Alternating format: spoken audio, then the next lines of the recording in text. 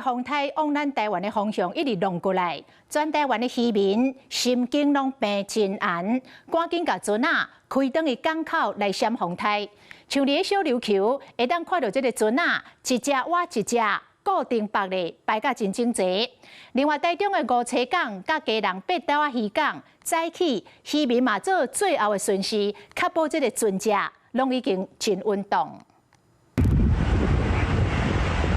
趕佇咧風颱掃來進前，船一隻接一隻排花做伙。小琉球的港邊到熱氣氣，大量的交通船、工作船攏駛動來到港口邊。全部的船整齊靠挖做伙，行為團結氣力大。高隻的船都較袂去風險滲透，而且船身攏往同一個方向，風若咧透，船身就較袂搖晃，嘛較袂細耳苦化。討海人用真濟條手法交叉固定，這種拔船的方式就是亞公式的拔法。互全部的船拄到大風雨固定在咧水面上，就會當真穩擱在。到台中梧棲港這裡，那能看到這邊的港邊的漁船呢，現在都已經靠港了，而且能看到有好多條繩索都把這些一艘艘的漁船都固定住，就是擔心這個巴威颱風來，如果風勢雨勢過強，會影響到這邊的船隻哦。那我們也能看到呢，現在這邊的漁船是沒有在出港，都已經休息的狀態，所有的船都用繩子綁好了，是不是？對，要固定好，而且你們說要提早回來，不然到時候沒位置。對啊，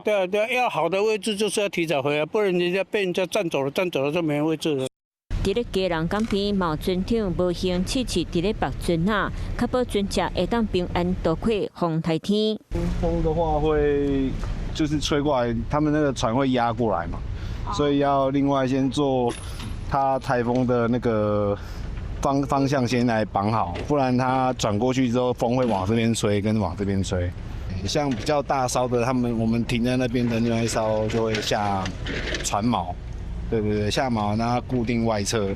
避免會撞進碼頭，對不對？面對歹進前的風颱變化，全台灣的討海人皮攏變真寒，用手法固定船隻，守護上重要的探食港區。